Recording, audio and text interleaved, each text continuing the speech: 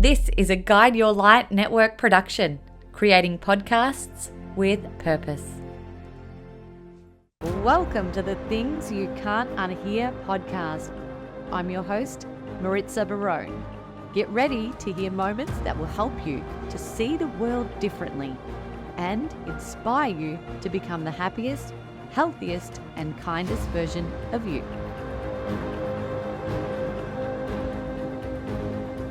Can you go one whole day with no negativity whatsoever? Not many of us can. And I must say it's not easy because a lot of the time it's the negativity that we create ourselves or that goes on in our minds that is the loudest. Do you ever catch yourself saying, I can't catch a break. I can't do what she does or what he does. Why do bad things always happen to me? Why can't I lose weight? This will never last. I will always be alone. Or money doesn't come easily to me. I am so unlucky. Have you ever heard yourself saying or things like this? Or thinking these things? You are not alone if you have. Because according to the National Science Foundation, we as humans have an estimated, catch this, 60,000 to 70,000 thoughts per day. And guess how many are negative? 80%. 80% of them are negative. And 95 of them, nearly all of them, are repetitive. That means that most people are replaying the same bullshit thoughts day after day, literally training their brain to think negatively by repetition. So what are we going to do about it? I'm going to give you an example of a simple difference in mindset shift that can directly affect the way we experience life. I'm going to give you one morning with two different mindsets. And if I'm really honest, this is me 10 years ago versus my inner voice now. So let's say it's Tuesday morning. My alarm goes off before the sun's even up and I already feel like I'm behind. I hit the snooze button twice. I feel exhausted. I drag myself out of bed and I head straight into doing mode. Lunches, check my emails, deadlines. I'm moving fast, but I'm not present at all. I literally could be anywhere. My house feels chaotic. I've got the news blaring on the TV in the background. I'm trying to pack lunches. Everyone's talking at once. And my heart rate spikes. And I think, here we go again. The day hasn't even started and I already feel like I'm running on empty. And I'm finally in the car and I'm driving my kids to school and I'm half listening to what they're saying. Because mentally, I'm probably drafting a reply to someone at work or thinking about my deep to-do list that I have to do today. And the traffic lights turn red again. And I think every freaking red light. Why does everything have to be so hard? As the day goes by, I have meetings, messages, minor fires to put out, and it's 3 o'clock before I realize I've been sitting for 6 hours straight. I haven't eaten properly and I've hardly drank any water. And by the time that I'm home, I'm counting the minutes down until my kids are in bed so I can finally have 5 minutes of silence.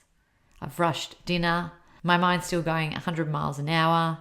I'm still scrolling my phone, checking emails. I'm drained and I'm whispering and thinking to myself, only 3 more days until the weekend. Are you listening to this and thinking that is literally me? Because that used to be me. And my mantra was, just get through it. The irony was that life was happening all around me and I was too busy surviving it to actually live it. But now I see things a lot differently. It's the same Tuesday, the same alarm, but I have an entirely different mindset. Now when the alarm goes off, I literally allow myself one nice, long, deep breath before I move. I'll feel the sheets, I'll stretch, and I remember that I have created this amazing life and I get to have this day. And suddenly making lunches, it actually doesn't seem as draining. And I think, I know this isn't going to last forever. I'm only making lunches for so many years. And instead of rushing to my phone, I start the day with more intention and I think about what makes me grateful. And honestly, if you start thinking about what makes you grateful, you'll find those things in a second. When I get in the car, the traffic is still traffic, but I actually start looking around and I notice that life is happening in small, beautiful ways around me. There might be a man walking his dog in the sunshine, or the sunlight is like breaking through my window and hitting me on the face. When my workday finally starts, yes, my calendar's still full, but now it's filled with purpose because I've started doing the things that I love. And even when it's busy, it's still aligned. I step outside for 5 minutes and I stretch and I remind myself, you are not a machine, you're a person and you have created this amazing life. The to-do list is still there, but again, I approach it differently. I cook dinner to music instead of the TV in the background. And instead of counting down the days until the weekend, I actually choose to enjoy the weekdays too. Same day, same schedule. But one version of me was drowning in it and the other was actually awake within it. And you could be doing everything right on paper and still feel disconnected from your own life. But when you reframe your mind and when you begin to notice what's working instead of what's missing, your entire experience changes. You just need a new lens. And now I might end up being that person who's going to piss you off because listening to a positive person when you are feeling negative might trigger you. But what if you could rewire yourself to slowly shift into a more positive thought process too? And I know you can because I did it. And it took time. It took switching off from overly negative headlines and news cycles and people and gossip and jobs and situations and slowly bringing in strategies that would make me instantly identify the good things before seeing the bad. And the outcome has been truly incredibly satisfying. People tell me all the time, I feel so uplifted when I hang out with you. I love how you always find the hope in things. I hear it all the time. So how would these shifts affect the way you experience life? What might change if you shift that thought from good things only happen to other people to good things happen to me? Would you start to expect it? Would you start to feel lighter? And would you attract people who are also operating their lives from a more positive outlook? I think so. I now can instantly identify when I'm in a negative situation or conversation or in negative energy. I know it's not for me and I know how to either remove myself, or if I'm stuck, I know how to divert the flow of conversation by injecting, usually very unexpectedly, a comment or thought that makes things lighter. And if I'm stuck in a gossip fest, I might change the conversation or say something to wrap it up, or I'll walk away. Breaking a negative loop can be nerve-wracking. As humans, we are very wired, especially women, unfortunately, to fester on a topic for far too long, to fester on a thought for far too long. And very often we make it worse. And when we think about gossip, the reason why we get sucked into gossip is that it can actually cause a temporary dopamine and serotonin hit that makes us feel good, only for a short moment anyway. And I'll tell you why. It's because you are deflecting from your own situation and trying to make yourself feel better about what is going on in your life by highlighting someone else's problems. Gossiping is one of the lowest frequencies we can operate on. But if you have the courage to be that person, to make the energy shift, good things can start to happen. So how can you start to shift the way that you view and perceive the world? For me, it didn't happen overnight. It took time, and I literally started by standing in the shower and writing words that I wanted to feel that day on the shower screen when the water would steam up the glass.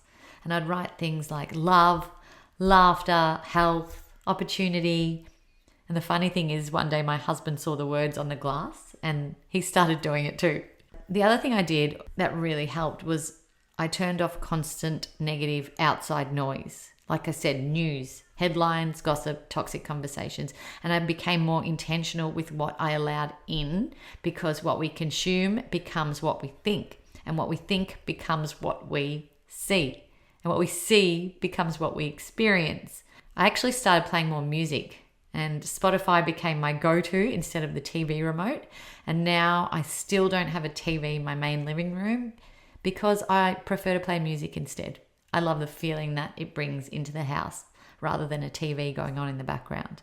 And over time, I realized the way that I was seeing the world had started to completely transform because I was living in it differently. So now I want to share with you how you can start to shift the way you perceive the world with 4 ways to start rewiring your mindset. The first one is becoming aware of your mental soundtrack and start catching the negative thoughts as they appear, because awareness is the first step to rewiring. Once you've caught those negative thoughts and you've acknowledged that they are there, you can flip that narrative. When you catch the negative thought, stop and reframe it. You can change a thought such as, "This always happens to me," to "What's this here to teach me?" You can shift from victim to student and from powerless to empowered. And if you have a repetitive negative thought, be ready to catch that sucker by having a new, better thought ready to replace it with. Next, you can change your environment. Your inputs shape your outputs. Who do you follow? What do you watch? What do you read? What are you listening to? Who do you hang out with? Have a look at those things with open eyes. You cannot live a positive life surrounded by constant negativity. So choose content and people that elevate your mood and your energy. And disclaimer, you may need to make some changes here. And the last thing I want to share is that you can be the energy shifter. Negativity spreads like wildfire, but guess what? So does optimism. Break the loop with one light, hopeful comment, and you will change the room's frequency instantly. And then in turn, it will change you. You will always face challenges. That's life. You'll always have cloudy mornings or rain when you don't want it. And you always have conflict and moments where life feels unfair. But how you see it will decide how you live it, how you experience it. When you choose to see good, you start to expect good. And when you expect good, you attract better. And when you attract better, you change your experience of the world entirely. So ask yourself, what if life isn't happening to you, but for you, and you're partly creating it? What if the world has always been good? You just needed to see it that way.